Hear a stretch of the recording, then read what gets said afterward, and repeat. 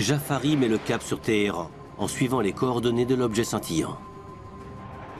En arrivant dans la zone, j'ai pris de l'altitude. Et là, je l'ai vu, de mes propres yeux. À mesure qu'il s'en rapproche, il parvient à voir l'objet scintillant dans son viseur radar à quelques 50 km de distance. Sur le radar, le signal était aussi imposant que celui d'un Boeing 707. Ce n'est pas la première fois qu'il capte un signal aussi gros qu'un avion commercial.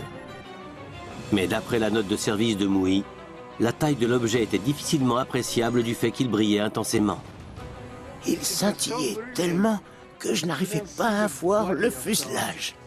Une fois à proximité, Parviz Jafari est littéralement stupéfait.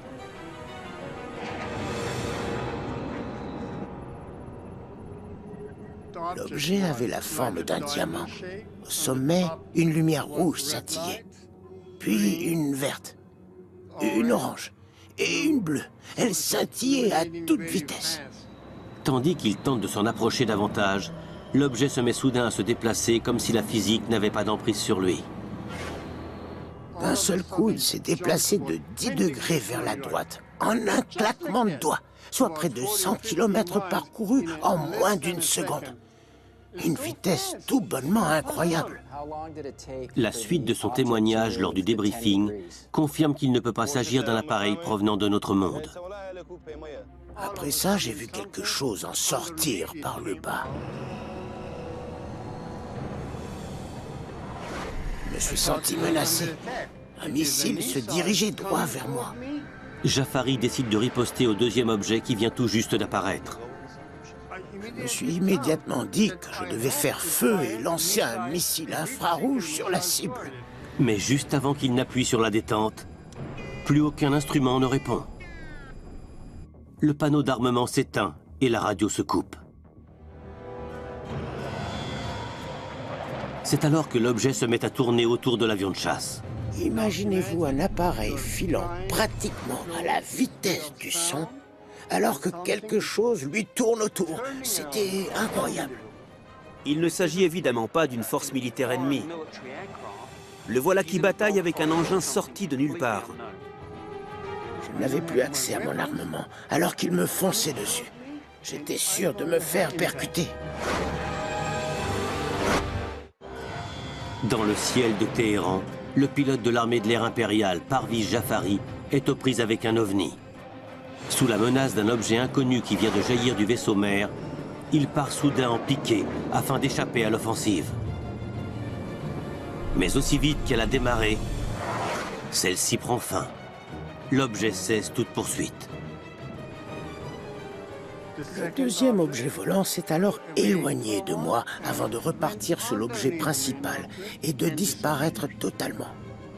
Dans sa note de service, le colonel Mouhi écrit « L'objet est reparti se fondre dans l'objet principal.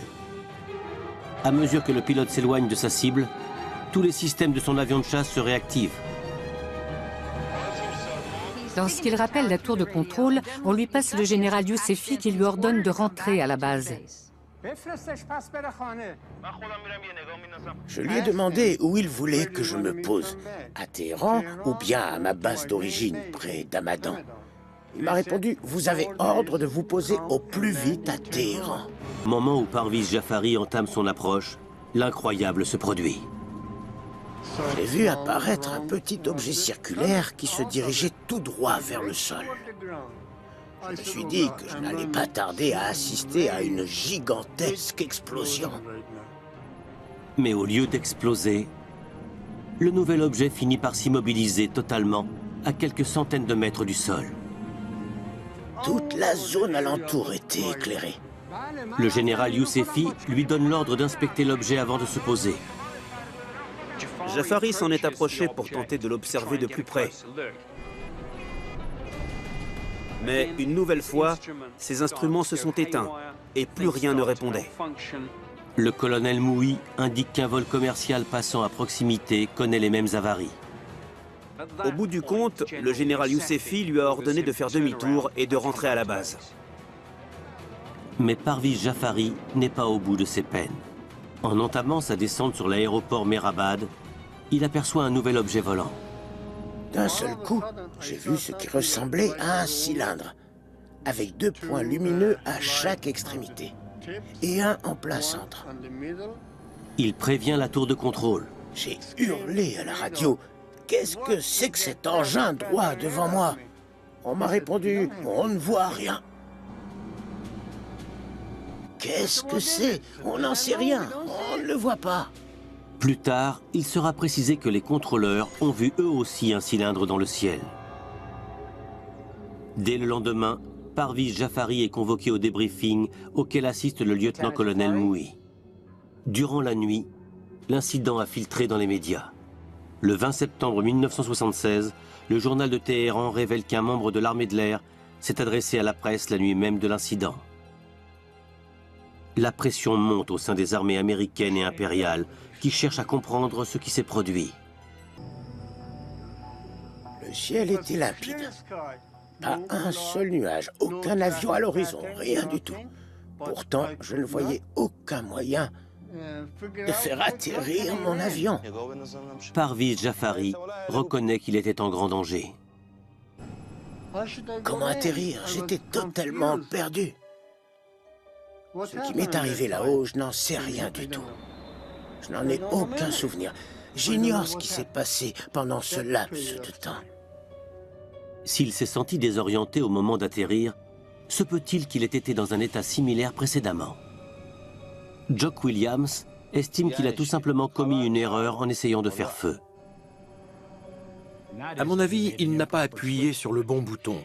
Si on oublie de relever l'interrupteur général de l'armement, ou si on n'enclenche pas la bonne séquence, on aura beau appuyer sur la détente, il ne se passera rien. La note de service du lieutenant-colonel Mouhi ne sera pas considérée par le gouvernement américain comme un élément à classer top secret. 2 jours plus tard, un autre rapport rédigé par un certain colonel Mackenzie arrive par telex à la DIA, l'agence du renseignement de la défense. Le colonel Mackenzie s'appuie sur les articles parus dans la presse et sur les témoignages de tierces personnes.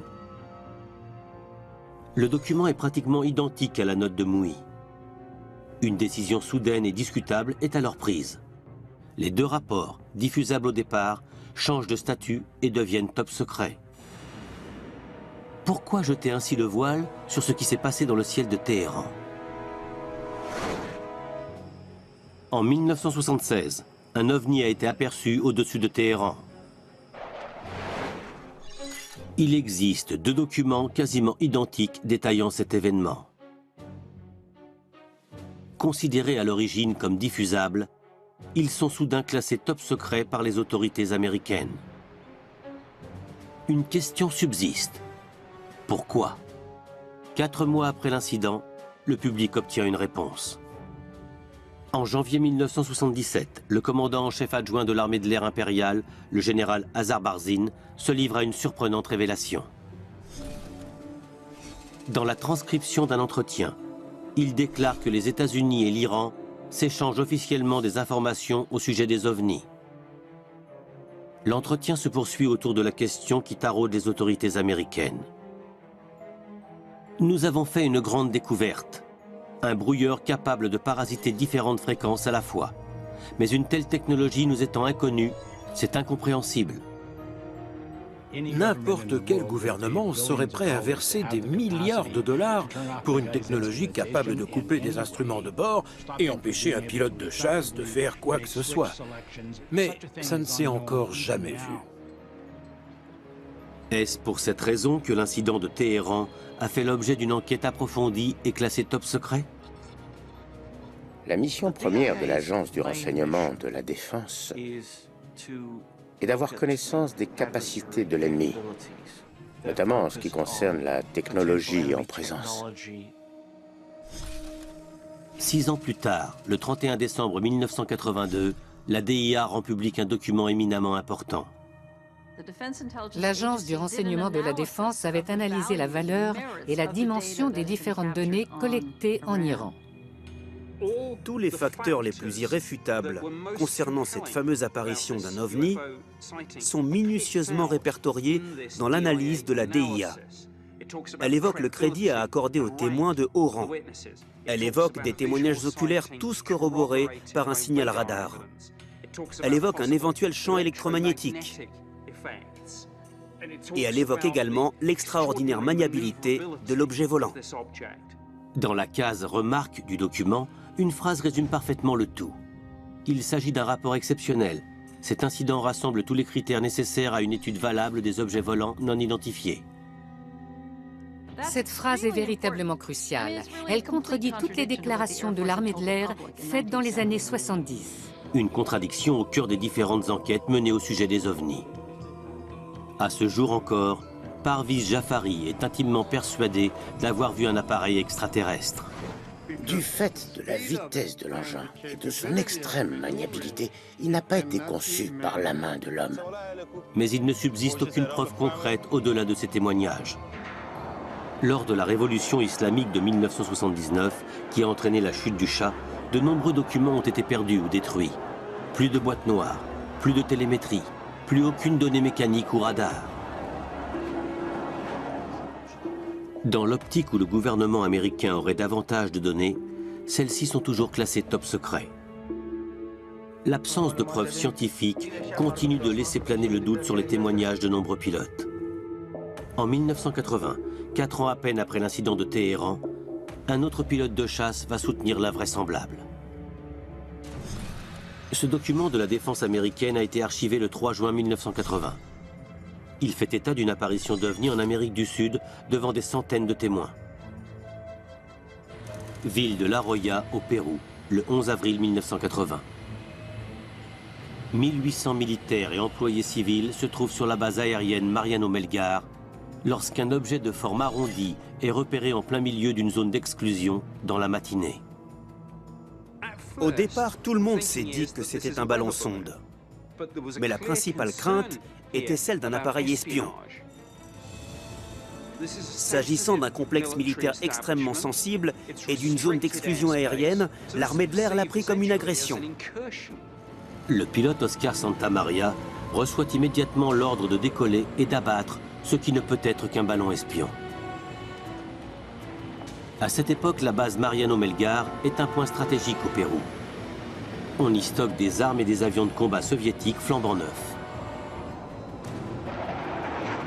Santamaria se précipite pour intercepter l'appareil avant que celui-ci ne s'approche des installations militaires. Il pilote un Sukhoi Su-22, un chasseur de fabrication soviétique équipé d'un canon 30 mm. Quand j'ai atteint les 8000 pieds d'altitude, j'ai lancé la manœuvre d'attaque. Lors de l'audition citoyenne sur la divulgation tenue en 2013, Santamaria a fait le récit de cette rencontre. Après avoir rapidement localisé la cible, il l'a dans sa ligne de mire. Ayant reçu l'ordre de l'abattre, il n'hésite pas une seule seconde à accomplir sa mission. J'ai tiré une rafale de 64 munitions de calibre 30 mm. Une seule balle de 30 mm à tête explosive qui plus est suffirait à abattre n'importe quel type d'appareil. Mais il n'en est rien. Le rapport de l'agence du renseignement à la défense précise qu'aucun des tirs du pilote péruvien n'a causé le moindre dégât. À sa grande surprise, il n'a pas réussi à abattre l'objet volant, alors qu'il l'avait dans son viseur. C'était comme si les balles se dématérialisaient en approchant la cible. Elles étaient totalement inefficaces. Santamaria étant un pilote chevronné, il se cale de nouveau sur sa cible. Mais cette fois, celle-ci amorce une manœuvre d'évitement. Le ballon a grimpé subitement. J'étais donc placé en dessous, dans l'incapacité de faire feu. Il enclenche la post-combustion pour atteindre 1,5 fois la vitesse du son, sans parvenir à gagner le moindre terrain sur l'objet volant. Le rapport de la DIA indique que le pilote s'est lancé dans une seconde attaque, mais que l'OVNI a semé le Su-22. Oscar Santamaria tente à plusieurs reprises de s'aligner sur sa cible, mais chaque fois qu'il l'a dans son viseur, l'objet s'élève dans les airs. C'était pratiquement comme s'il arrivait à anticiper ses faits et gestes. Comme si l'objet volant s'amusait avec lui. La course-poursuite conduit Santamaria à plus de 65 000 pieds d'altitude, soit aux confins de la troposphère. Arrivé au-delà du plafond absolu pour son Su-22, il entend soudain un signal d'alarme se déclencher. C'est à ce moment-là que j'ai vu clignoter le signal m'indiquant une faible quantité de carburant. Il m'en restait tout juste assez pour atterrir sain et sauf. Il tente une toute dernière fois de s'approcher de l'objet volant. Mais à moins de 100 mètres de sa cible, il fait une découverte effarante. Le pilote péruvien Oscar Santamaria vient de se rapprocher à moins de 100 mètres de ce qu'il prend pour un ballon espion. L'objet qui apparaît sous ses yeux le laisse sans voix. J'ai eu la surprise de constater que ce fameux ballon n'en était pas un. L'objet faisait plus ou moins 10 mètres de diamètre. La partie supérieure était une sorte de dôme constitué essentiellement d'émail de couleur crème. À la base du dôme se trouvait une plateforme circulaire et large en métal argenté. L'appareil ne possédait pas d'aile, pas de moteur, pas de hublot, pas d'antenne. Constatant qu'il s'agit d'un ovni, il décide de décrocher. À l'évidence, il a dû se dire que se lancer à la poursuite d'un tel objet volant était vain. À force de lui tourner autour, il allait manquer de carburant.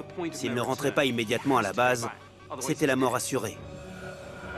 Santamaria entame alors sa descente. L'OVNI ne le poursuit pas. Il restera dans l'espace aérien de la base Mariano Melgar encore 2 bonnes heures avant de se volatiliser. Le rapport de la DIA précise qu'un engin a bien été aperçu, mais que son origine demeure inconnue. Oscar Santamaria est très certainement le seul et unique pilote de chasse au monde à avoir fait feu sur un ovni et à l'avoir touché. Quelle était la vraie nature de sa cible? Les ballons-sondes sont très régulièrement pris pour des ovnis. Certains sont tellement chatoyants qu'ils ressemblent à des étoiles vues de loin. Ce genre d'engin scientifique peut monter jusqu'à 100 000 pieds, une altitude inatteignable pour la plupart des avions. Santamaria aurait-il poursuivi un ballon? Quand un pilote évolue dans le ciel et qu'il scrute l'horizon, il n'a aucun point de comparaison. Il peut se croire à proximité alors qu'il est extrêmement loin. C'est souvent une affaire d'illusion d'optique. Pourtant, Santamaria affirme que l'objet a joué au chat et à la souris avec lui, allant jusqu'à dépasser la vitesse supersonique. Il n'existe aucun ballon-sonde capable de telle prouesse, et encore moins de réchapper à la rafale d'un canon 30 mm. L'éminent journaliste aéronautique Bill Sweetman propose une autre explication. Le Su-22 est un avion d'assaut relativement rudimentaire. Il n'a rien d'un avion intercepteur. Les munitions embarquées sur le Su-22 ont été conçues pour être lourdes et non pas rapides. Autrement dit, si la vitesse à la bouche du canon n'est pas très élevée, il faut se trouver tout près de sa cible pour espérer faire mouche. À trop longue distance, les balles tombent dans le vide du fait d'une vitesse de propulsion insuffisante. Malgré son canon 30 mm, Santamaria n'a donc peut-être jamais touché sa cible. Mais quelle que soit l'hypothèse, une telle rencontre est véritablement marquante pour un pilote. Au total, j'ai manœuvré pendant 22 longues minutes qui sont à jamais gravées dans ma mémoire. Je reste convaincu de l'existence d'une vie extraterrestre technologiquement avancée. Et si les pilotes tels qu'Oscar Santamaria avaient tout simplement halluciné et imaginé des choses? Se peut-il qu'ils aient craqué sous la pression d'une menace inconnue? Lorsqu'un être humain a peur, lorsqu'un pilote voit un engin lui fondre dessus, lorsqu'il est confronté à quelque chose d'inconnu, il risque d'avoir une réaction impulsive. D'où l'importance de partager ces informations. Mais lorsqu'il en va de la sécurité nationale, l'armée de l'air préfère que ces rapports restent confidentiels. J'ai tendance à comparer le sceau du secret à la cave d'une maison. Il est beaucoup plus facile d'y entreposer quelque chose et de le laisser dans un coin, plutôt que de l'étudier à la lumière du jour. L'horloge mesure une unité de temps, puis une autre et encore une autre. C'est ce qui définit la vie. Mais si le temps saute, s'arrête, reprend sans avertissement, sans logique, c'est le bouleversement que provoque le trou de mémoire.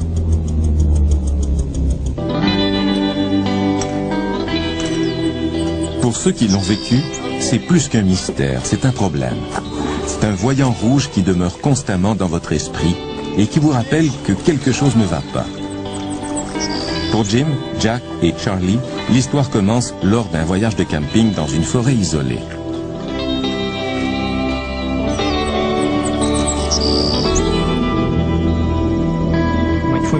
Mon frère jumeau Jack, deux de nos amis et moi-même sommes allés faire un voyage de camping et de canot dans le parc provincial de Baxter, dans le nord du Maine.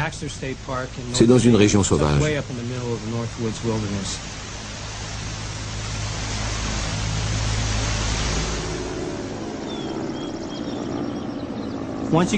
Une fois rendu au lac Telos, on doit attendre le gardien du parc pour s'enregistrer. On avait prévu aller à la pêche à la truite dans un lac appelé Smith Pond.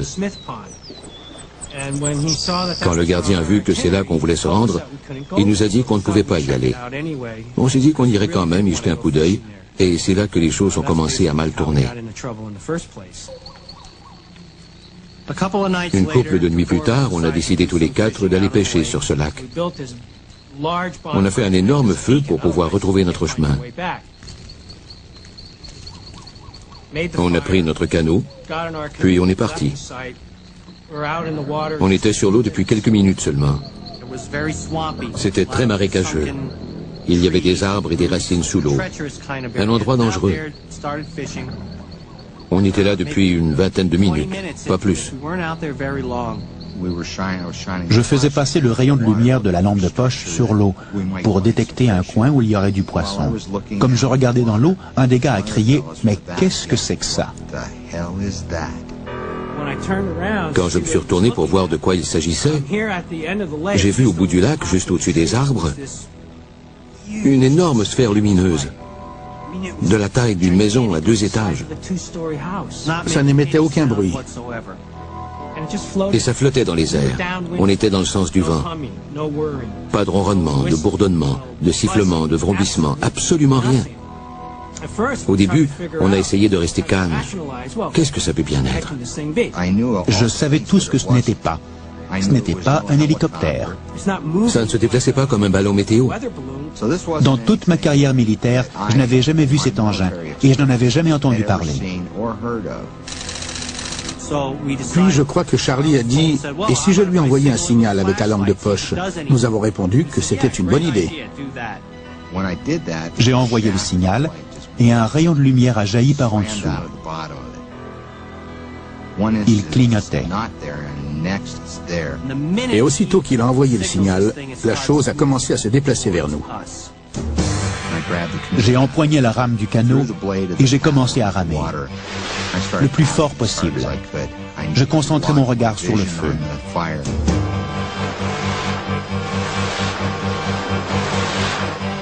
Jack se retournait sans arrêt. Il disait toujours « Elle va nous rejoindre ». À ce moment, je crois qu'on était en état de panique. On ramait comme des fous pour s'éloigner. J'entendais les gars pagayer avec leurs mains derrière. L'eau éclaboussait. Ils criaient « Rame, Charlie !» Elle a fait un saut étrange dans l'espace. Elle gagne du terrain, presque au-dessus de nous. La lumière nous enveloppait. Elle ne peut pas faire ça. Les choses ne font pas ça. La lumière allait toucher l'arrière du canot. On ne pourrait pas l'éviter.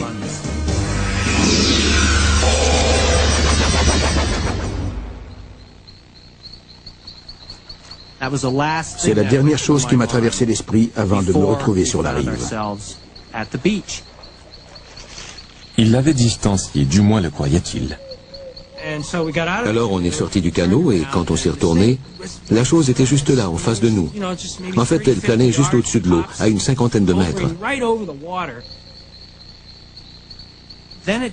Puis elle a fait un drôle de mouvement. On aurait dit qu'elle implosait. Elle a fait comme ça. Puis elle a réapparu encore plus haut dans le ciel, une lumière aveuglante. On aurait dit qu'elle montait, elle prenait de l'altitude d'un mouvement saccadé. Puis elle a complètement disparu, comme un éclair. C'est difficile à décrire. On se tenait là, debout, et on se demandait ce qui avait bien pu se produire. On était comme en état de choc. Puis, ils réalisent qu'ils ont perdu la notion du temps. Le feu est leur premier indice. Quand on est revenu au feu de camp, il ne restait que des braises. Ça nous a paru étrange, parce qu'entre le moment où on est parti pêcher et le moment où on est revenu, il ne s'était écoulé que 15 ou 20 minutes. J'en étais certain. Il aurait dû y avoir encore des flammes d'au moins 2 mètres.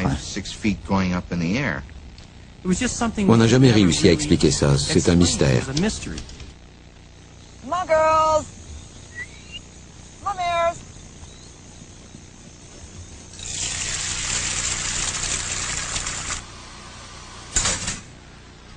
Claire et Diana seraient les premières à vous dire qu'un horaire fixe est la clé de la réussite sur une ferme. Mais une nuit, Claire perd 2 heures de façon mystérieuse. Cette perte de temps a non seulement perturbé leur vie, mais elle a aussi menacé son équilibre mental. Tout comme les Wiener, tout commence avec une lumière.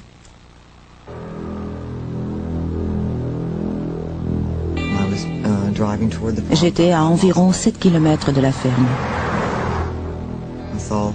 J'ai aperçu des lumières dans le ciel. C'était tranquille. Je n'entendais aucun bruit de moteur d'avion. Je me suis garé sur le bord de la route et je suis sorti pour voir ce qui se passait. En une fraction de seconde, j'étais de retour dans la voiture, conduisant sur les chapeaux de roue. J'étais 5 km plus loin d'où je me trouvais précédemment. Mes oreilles saignaient, probablement parce que mes boucles d'oreilles étaient à l'envers. J'ai aussi réalisé qu'1h30 s'était écoulée et je n'avais aucun souvenir de ce qui s'était passé pendant ce temps.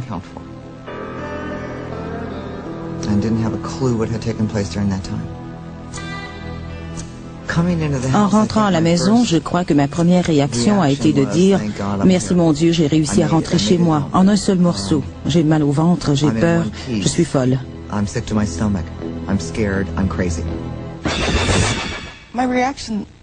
J'ai tout de suite pensé « Oh mon Dieu, Claire est folle.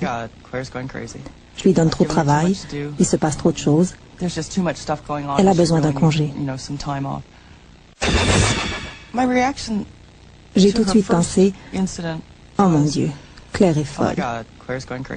Je lui donne trop de travail, il se passe trop de choses. Elle a besoin d'un congé. » Mais l'incident se produit de nouveau. Une couple de semaines plus tard, en revenant d'une rencontre d'affaires, j'ai vu des lumières sur la route devant moi. Soudain, l'intérieur du camion est devenu tellement illuminé que j'étais aveuglé. Puis, ce qui me revient est d'avoir été relâché par le haut et d'avoir atterri lourdement sur la route dans le véhicule.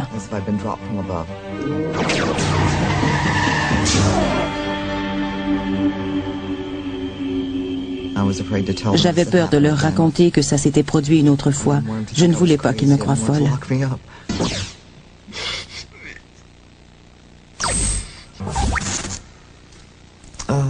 J'ai pensé que je faisais une dépression nerveuse. J'ai souvent pensé cela.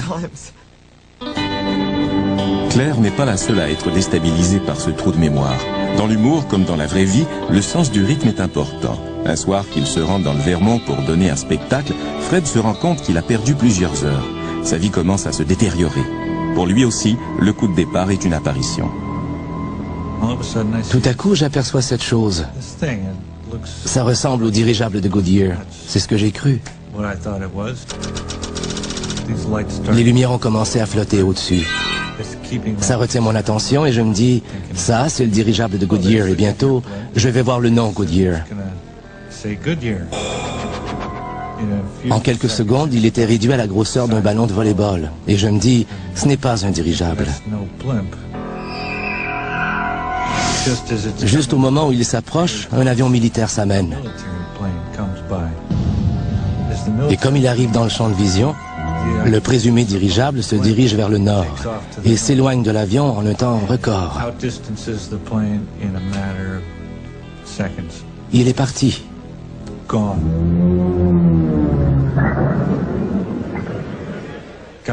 Je suis arrivé au spectacle et j'ai fait un des pires spectacles de ma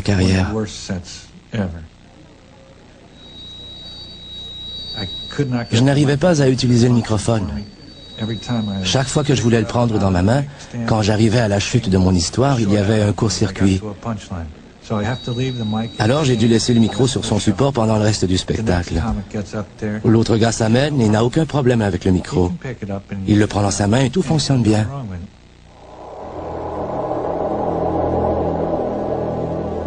Après 5 ou 10 minutes de route, je revois cette chose. Les lumières flottent au-dessus. Ils l'enveloppent complètement. Puis, quand tout est éclairé, elle commence à descendre en biais. Ce n'est pas un dirigeable. Et ça descend toujours, et je la regarde. Elle est en chute libre. Elle va s'écraser.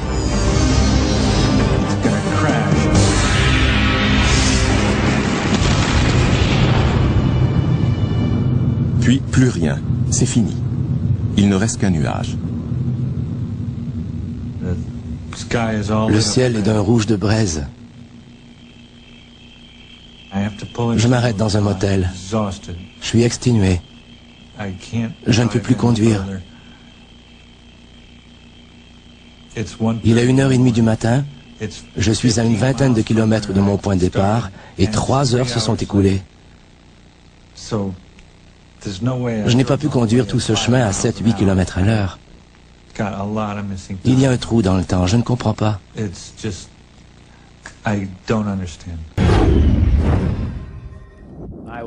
On m'a conduit au site, on m'a expliqué son fonctionnement, et puis on m'a montré en quoi mon travail allait consister. Voici l'histoire d'un homme qui n'existe pas. Et je me suis dit qu'il était de mon devoir d'en parler à quelqu'un. Et d'un lieu qui n'existe pas non plus. C'est une histoire placée sous le sceau du secret, où se mêlent peur, conspiration et dissimulation. Ils ont menacé de tuer ma femme. Cachés en plein cœur d'un désert américain, Ils m'ont dit que rien ne les arrêterait. l'accès est défendu par des hommes armés autorisés à tirer sur les intrus afin de garder cet endroit top secret. Ils étaient complètement fous et totalement incontrôlables. Dans le désert du Nevada, à environ 110 km de Las Vegas, existe une zone de la superficie de la Suisse que personne ne prétend connaître. Depuis la fin de la Seconde Guerre mondiale, ces terres désertiques renferment un mystère. Certains l'appellent Groom Lake, d'autres le pays des rêves. Mais cette zone est plus connue sous le nom de la zone 51. C'est le secret de l'armée américaine le mieux gardé. La zone 51 n'est pas reconnue à ce jour. En d'autres termes, l'armée de l'air nie son existence. En l'absence de preuves, des rumeurs ont commencé à se propager.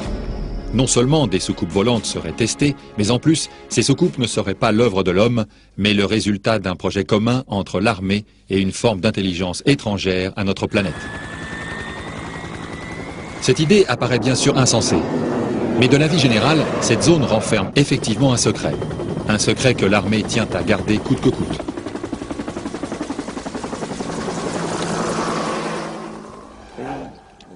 Cette base militaire, appelée Zone 51, fut établie dans le désert du Nevada en 1954.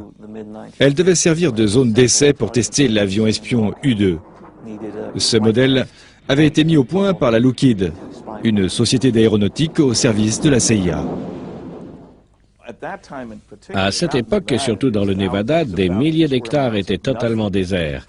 C'était bien avant que Las Vegas ne devienne une grande ville. C'était donc l'endroit idéal pour éviter les curieux. On n'utilisait pas encore les satellites, il était donc possible d'effectuer des activités secrètes en toute tranquillité. Au cours des dernières années, les curieux affluent autour de la zone 51. Ils se retrouvent au Little Alien dans la petite ville de Rachel. Ils se racontent leurs histoires, achètent un souvenir d'extraterrestres, ou bien encore, ils échangent leur point de vue sur les diverses théories de conspiration. Certains ne retournent jamais chez eux. Passionnés d'OVNI, ils se laissent envoûter par les récits fantastiques qui entourent la zone 51. Les activités de la base concernent essentiellement l'élaboration de nouveaux avions espions et d'avions furtifs. Mais il existe une partie qui est située un peu plus au sud du complexe de Groom Lake. Il possède, à défaut d'un meilleur terme, une technologie extraterrestre.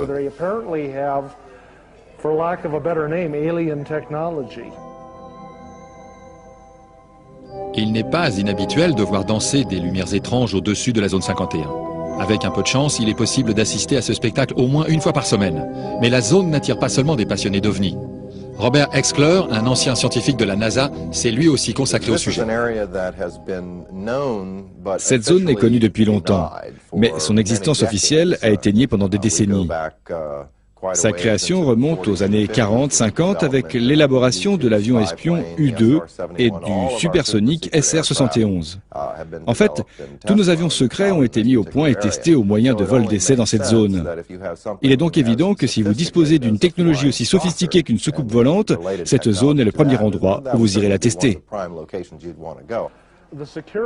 Les moyens mis en place pour protéger la zone sont assez considérables. Des détecteurs sont placés à l'intérieur et à l'extérieur du site. Il y a de nombreuses voitures de patrouille. Des Jeeps Cherokee blanches circulent pour surveiller les gens se trouvant à proximité de la base. Des micros directionnels sont camouflés dans les buissons. Il y a des détecteurs de présence, des détecteurs de mouvement et même des détecteurs d'ammoniac. Ils servent à différencier un humain d'un animal, car la transpiration humaine contient des traces d'ammoniac.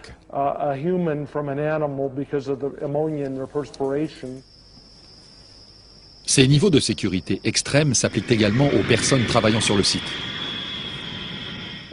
Lorsque vous travaillez dans ce genre d'endroit, vous vous engagez par écrit à renoncer à vos droits constitutionnels. Vous signez un document stipulant que si vous violez cet accord et parlez des projets sur lesquels vous travaillez, vous purgerez une peine de 20 ans au pénitencier fédéral de Leavenworth. Et cela sans passer devant un tribunal et sans avoir le droit de faire appel. C'est un excellent moyen pour vous empêcher de parler. Un homme n'a pas su tenir sa langue. Ce physicien et ingénieur a non seulement affirmé avoir travaillé sur le site de la base 51, mais il a aussi déclaré avoir travaillé sur le projet le plus top secret de l'armée, les soucoupes volantes. Il s'appelle Bob Lazar. C'est un homme peu ordinaire dont le passé comporte beaucoup de zones d'ombre. Il déclare n'avoir jamais tiré profit de cette histoire, mais pour beaucoup, son récit ne tient pas debout et il n'est qu'un illuminé de plus. En fait, vous êtes plongé dans un autre monde. Vous savez qu'il existe un autre univers et qu'il y a une vie ailleurs. Mais de retour chez vous, vous devez faire comme si tout cela n'existait pas. Je voudrais que les gens connaissent la vérité. Bob est un homme relativement sérieux. Il a de l'humour, mais ce n'est pas pour autant un rigolo. Je le connaissais bien avant qu'il ne travaille dans ce programme. Je connaissais sa famille et la famille de sa femme. Quand il travaillait à Los Alamos, il m'a emmené avec lui et j'ai rencontré ses collègues de travail. Je n'ai jamais mis en doute la véracité de cette histoire, ni même pensé un seul instant qu'il ait pu l'inventer. J'ai toujours pensé que les soucoupes volantes étaient le produit d'une imagination fertile. Je n'y croyais pas, ça ne m'intéressait pas. D'ailleurs, ça ne m'intéresse toujours pas. Mais maintenant, j'y crois fermement. Je travaillais dans le laboratoire sur le réacteur et un des amplificateurs gravitationnels qui provenaient de la soucoupe. Je passais toutes mes journées dans le laboratoire. Mais un jour, j'ai été autorisé à pénétrer dans le vaisseau afin de voir comment s'intégraient les systèmes dans l'appareil et vérifier si leur emplacement jouait un rôle sur leur fonctionnement. Il y avait une trappe, une ouverture, dirons-nous. La porte n'était plus là. Visiblement, elle avait été enlevée ou même n'avait jamais existé.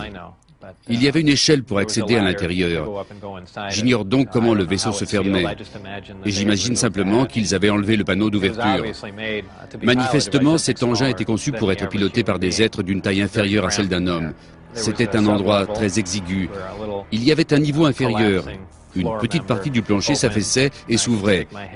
J'ai passé ma tête et mon buste à l'intérieur pour voir comment les amplificateurs gravitationnels étaient maintenus à l'envers. C'est à ce moment que l'un des éléments est devenu transparent. Des techniciens étaient présents. J'ignore totalement ce qu'ils faisaient. Et puis, quelque chose s'est mis à défiler sur l'écran. Apparemment, le revêtement du vaisseau, sous un influx électrique ou un autre facteur, pouvait devenir transparent. Peut-être pour voir à l'extérieur ou bien pour faire office d'écran vidéo. Tout cela était plutôt incroyable. Quand je suis sorti de l'appareil, la coque avait à nouveau l'aspect d'un simple morceau de métal.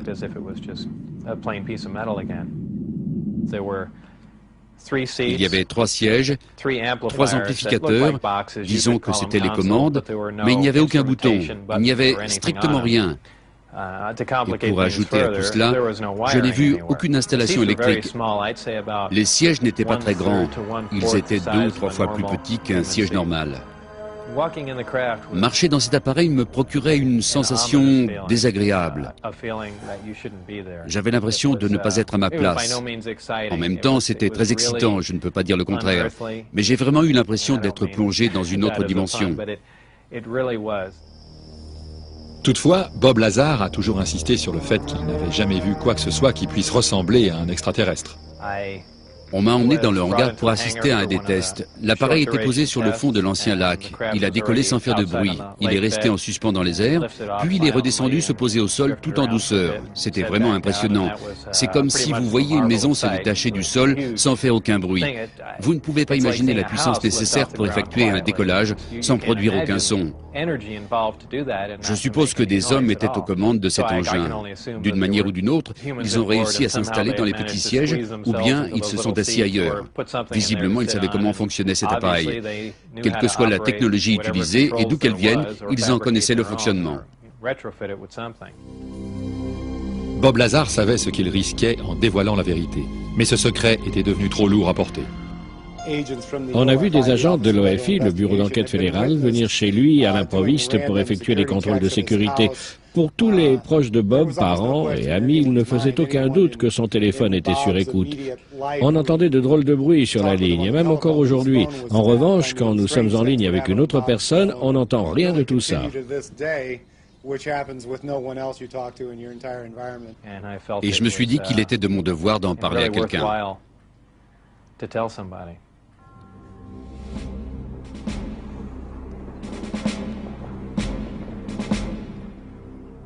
C'est ainsi que Bob Lazar a décidé d'emmener des amis proches faire une petite excursion de nuit. Je crois qu'il était 20h ou 21h. Ce devait être un mercredi du mois de mars 1989. Nous sommes partis avec Jane Huff, John Lear et mon ex-femme.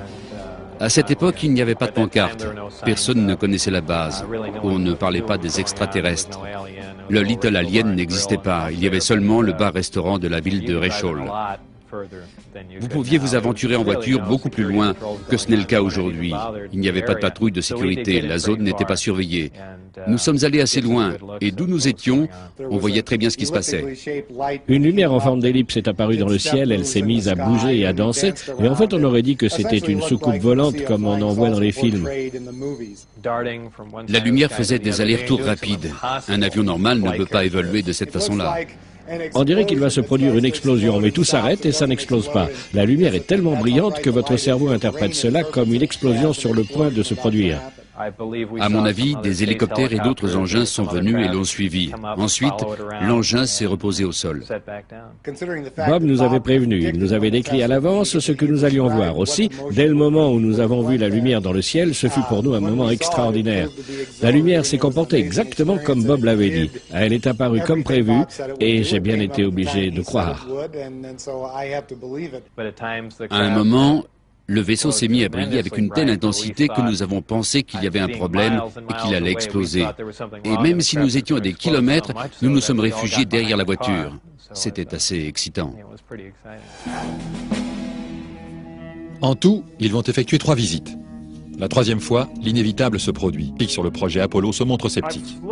J'ai effectué des recherches très poussées sur les déclarations que Bob Lazar a faites sur sa vie et sur les systèmes de propulsion. Ces affirmations touchent des sujets assez sérieux. J'ai contacté les écoles où il prétend avoir reçu ses diplômes, j'ai appelé le lycée qu'il dit avoir fréquenté, j'ai contacté Los Alamos où il aurait travaillé comme scientifique. Mes recherches se sont révélées totalement infructueuses. Le seul élément que j'ai pu vérifier est qu'il a effectivement été élève de l'école primaire Pierce à la fin des années 70. Je crois que je n'aurais jamais entrepris des recherches sur le formulaire W2 de Bob Lazar si ce dernier n'avait pas réussi brillamment le test du détecteur de mensonges. Cet appareil permet de détecter très facilement si la personne invente des histoires ou n'est pas convaincue à 100% de ce qu'elle raconte.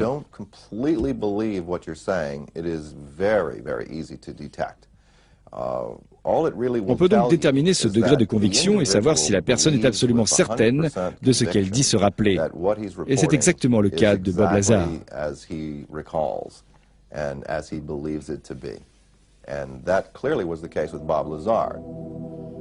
L'armée américaine travaillerait-elle avec une technologie extraterrestre?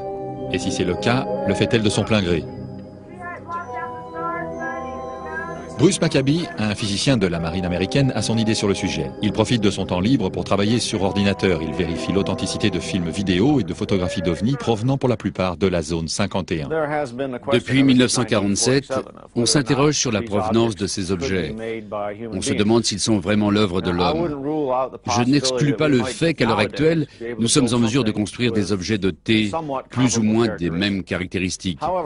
Cependant, à l'époque où cette histoire a commencé, la technologie ne permettait pas de parvenir à de tels résultats. De même, un fait relativement intéressant démontre que l'armée de l'air n'était pas impliquée. Au cours de l'été 1947, l'armée a demandé au FBI de mener des enquêtes auprès des personnes qui avaient vu des ovnis. C'est alors qu'un des membres du FBI a suggéré que ces objets avaient peut-être été créés par des hommes.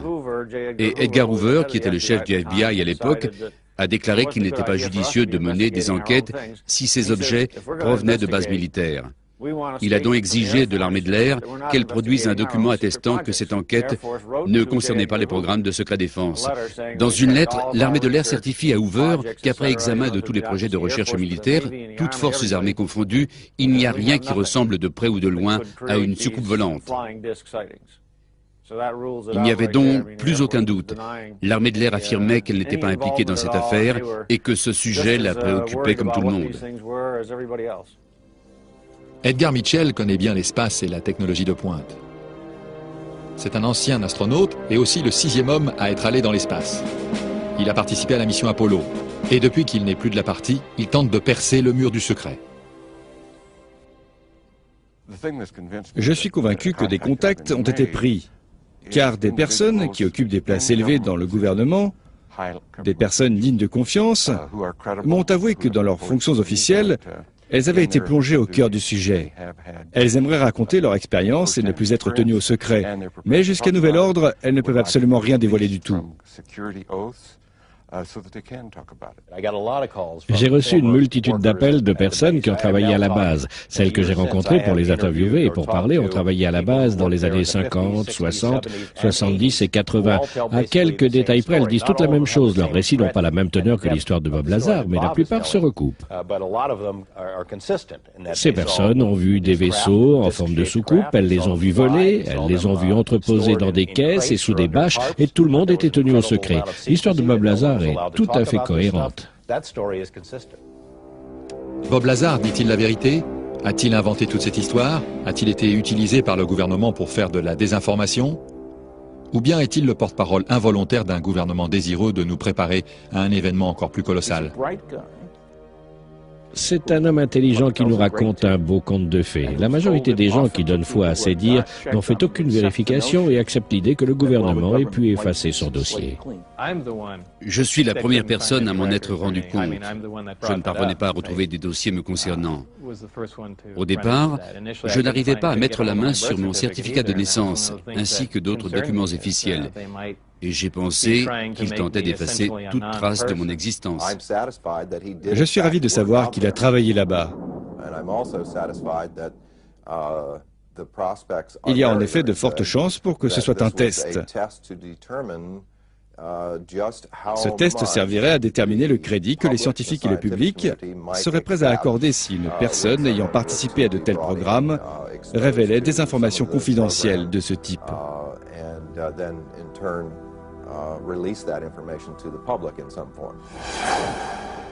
Si effectivement on nous prépare à entendre d'incroyables révélations, de quoi s'agit-il?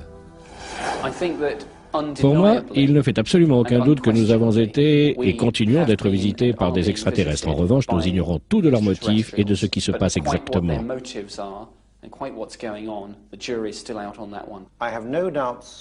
Je suis formellement convaincu que les États-Unis ont récupéré des véhicules extraterrestres. Je trouve tout cela déprimant et effrayant. Nous sommes en plein Big Brother. Si cette technologie existe, elle est extrêmement puissante et dangereuse. C'est pour cela qu'elle doit appartenir au domaine public et non pas au domaine privé. Je savais que j'étais privilégié de participer à ces programmes, mais l'atmosphère était très oppressante. Les mesures de sécurité étaient très poussées. Et de savoir que vous ne pouvez parler à personne, que vous êtes sur table d'écoute et tout ce qui s'ensuit, à la longue, il devient très difficile de supporter cette situation. Le plus dur est de travailler en plein cœur du 28e ou du 29e siècle, tout en vivant au 20e siècle. Même si Stanton Friedman se montre sceptique vis-à-vis de Bob Lazar, les activités de la base 51 ne font aucun doute pour lui. Je ne serais pas étonné d'apprendre qu'une partie de la vérité se trouve dans le désert du Nevada, près de Groom Lake. C'est l'endroit idéal. C'est un lieu isolé et sous haute surveillance. Il réunit donc toute qualité requise pour examiner à loisir des soucoupes volantes, en reconstituer de nouvelles ou les faire voler.